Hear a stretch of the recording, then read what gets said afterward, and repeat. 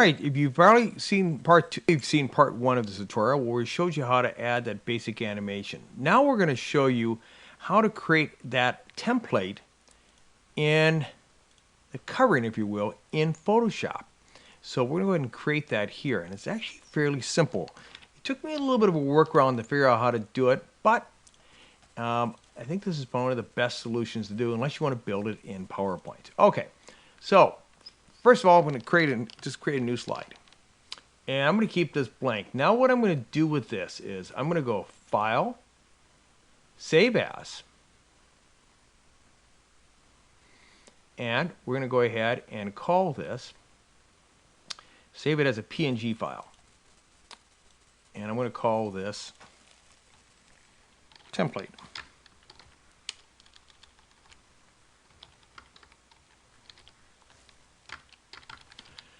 Okay. And when it comes up in PowerPoint and say every slide or current slide, just say current slide. Now let's go into Photoshop. We're going to bring in that image and we're going to use that as our template. Here's a template already made in Photoshop, and I'm going to show you how I did this. And you can download this right from our website as well with the source files for this tutorial. So you can use it and manipulate it any way you want. And please feel free to use any of this stuff for your own use. Okay, let's go ahead and just close this or minimize it, and let's go ahead and open, and let's get that image, that template image. And this is what we're going to use as our style. Now the first thing I'm going to want to do here is this. I'm going to create a new layer. We're going to call this frame. And really the frame size is really up to you. I mean, you can go with the standard size, but the frame is actually going to be smaller than the image because we want to give it that movement feel to it within a TV screen. That's the best way to describe it. So with the frame, I'm going to go ahead and grab the rectangular marquee tool, and I'm going to come up here and create my TV box or my projector. Maybe that's the best way of putting it. So let's just go about that size. Now, depending if you want room on top or on the bottom here for text, like maybe you want to put your title up here, you can do that. But I'm going to put my title right within the screen. So I want this actually fairly large. So I'm going to go a little larger, and we'll go something like that. That looks good. Now, with this selected on its own layer, I'm going to go up to Edit, Stroke, and I'm going to go ahead and pick white as my color here. And I want to stroke around 6 pixels. And center is fine. And we're good. I'm going to go ahead and deselect those marching ants. So select, deselect, or Control D. So far, we're looking pretty good here. Now, here's kind of a tricky part. We want to add a shadow to this. Now, probably the quickest way you may want to do this, go to Frames and come down here to the FX and add a drop shadow. Well, the problem with doing this, I'm going to actually move the shadow down here. I can actually move the shadow either by using the angles here or actually just coming in and dragging this around. The problem with doing it this way is I'm going to have a shadow that's going to actually appear over my image here. So it doesn't quite work. So we're going to do something else. I'm going to go ahead and delete that. I'm going to actually get my magic wand tool, and I'm going to select with inside the frame. Now I'm going to go ahead, grab my bottom layer, add another layer, and fill it with black. So go down here, go to the default colors, make sure black, take the paint bucket tool, fill those with black. Look how easy that was. And I'm going to deselect. Now what I'm going to do is grab my selection tool up there. I'm just going to go ahead and use my arrow keys here. I'm going to drop the shadow. I'm going to go off a little bit to the left and down at an angle. So if you see here, I've got the black kind of coming out here like it's a shadow. Now we're going to go ahead and go to Filter, and we're going to add a Gaussian blur.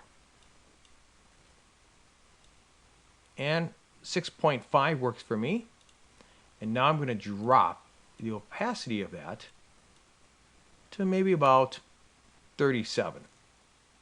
That looks good. But we still have this box here, so what we're going to do is go back up to our frame now, get our magic wand tool one more time. We are going to select inside the frame. Now select the shadow. In fact, I'm just going to rename this layer Shadow. and I'm going to hit the delete key. Now, I just deselected my marching ants. Now I have the shadow constrained just outside it. Now we need to go ahead and get rid of the blue in here so we can have our so we can see our image. We're going to do the same thing with the frame. Go back up to the frame, but before we do that, actually go down to the layer here, the background layer. I'm going to call this background, and I'm going to add a mask to this. This way I can always come back and use this over and over. So I'm going to go ahead and add a mask to it. Now go back up to my frame, select it, select inside that, come back down, select the mask on the background layer, not the background, but the actual mask. So that's selected. And I'm going to go ahead and fill this with black. And what I've just done is, if I want to come back later on and resize this, I can do it and I don't have to start over again. So by using a mask, you can always undo that. So I'm going to go ahead and deselect by using my shortcut key this time, Control D. And there we have it. Now, I did some other things in my image. I just kind of remembered this. What I did in my original is I came down and just added this just kind of for some visuals. This is something that's totally optional, and I'm not going to spend a lot of time on this, but let me go ahead and show you how I did that. So I'm going to create a new layer, and I'm going to go ahead in here and select my rectangular marquee tool. I'm going to just create a square across here. And let's fill that with, let's do something a little bit different this time. Let's kind of go with a brown. And I may not like that, but let's take a look at it. There we go. Deselect that. And what I'm going to do now is to free transform. So if I go to Edit, Free Transform, it selects it, but if I right click on it now in CS3, and hopefully you can see it down here, we're going to go ahead and select the warp. And all I'm going to do here is kind of with the warp tool, kind of bring this up, use these anchors, and just kind of bring this down like that. And if I don't like the color, I can certainly just select it and choose, let's say, maybe a teal. And again, just fill it. And I'm going to do another little trick here. So I'm actually going to go ahead and duplicate this layer. So we're going to call this swoosh 1. I'm going to duplicate this layer by dragging it down with the layers palette. And this time I'm going to go up, do a free transform again. So Edit, Free Transform. And if you right click on it, we're going to go ahead and flip this. And it's kind of off the screen here, unfortunately. It's low. So when you right click, look for Flip Horizontal. And what it did now is it take the same image and it flipped it. But what I'm going to do now with this image is I'm going to drop the opacity. And now I'm going to bring it back down. And it just adds a different effect. And in fact, I think I'm going to go ahead and take my swoosh 1 and just drop that just a hair as well. Not a lot. So I have 2 different colors here. That's looking good. Let's go ahead and save this now as a PNG file. So Save As. Make sure you come down here and select the PNG file. And we're going to call this New Teal Template.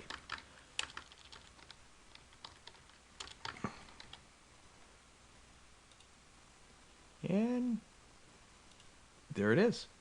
Let's go into a PowerPoint and see what this looks like. All right, we're in PowerPoint. Now, one of the first things we're going to have to do here is we're going to need to make this image larger than it is. So I'm just going to go and grab a corner and kind of go edge to edge here a little bit. I want it to be a little bit bigger because we have a mask for it now. And that's what we're going to do with that image we just made in Photoshop. Is now we're going to go ahead and insert it, insert, picture, and look for a new teal. And you know, right off the bat, it inserted perfectly. What PowerPoint does when you insert an image, if the image is larger than the actual slide, it actually resizes it so it fits within the PowerPoint image, which is kind of slick. Now, if we test this, look at this. It's working perfect. So now if we want to go insert, and we're going to go ahead and text, and I'm going to click up here and call this realistic training. Change it to white. And let's go ahead and increase it a little bit, the size. And I'm going to actually use that teal as kind of a backdrop for this.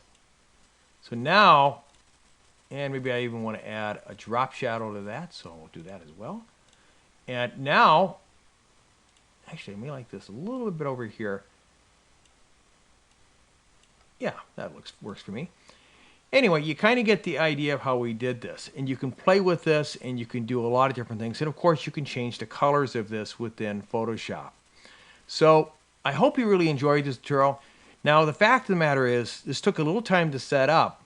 But in the future, it's going to get much easier because if you're going to do this a few times in a PowerPoint presentation, you can reuse these slides. Let me show you one other neat attribute which I did not show you before. I'm going to go ahead and bring this over here. You know, we took a lot of times to set up the animation. Well, this is one of the cool things. I'm just going to delete this for now. Let me just bring in another image. Insert, picture, and let me go up here and just grab something. Oh, let's grab something from my motion tutorial. I'm going to bring this in here. So let's say I want to do this with this. So I'm going to bring it onto the same slide as this. I'm going to select the original slide, go up to animation. So that original slide with the animation selected, I'm going to go up here and choose Animation Painter. So if I select that, I'm going to get a little paintbrush here. And if I click on the new image, it's going to apply those attributes to that image. So now, if I bring this here, and that looks good. In fact, let's just go ahead and do this real quick. Insert image again. We'll go ahead and drop down and get that teal. That's looking good. We'll take this, bring it over here, do the same thing. Now, we click and play. We have just added an animation to that. Then you can come in here and actually adjust some of these animations if it doesn't quite work with this particular image. One last thing here. If you find that your logo is a little distorted, if I close this, my logo got a little distorted here, bringing it back in from Photoshop. Well, the beauty of this is I actually created this in, I brought this into PowerPoint. So if I go to View and I go to Slide Master, go to my original slide, I can actually grab these things just for that slide.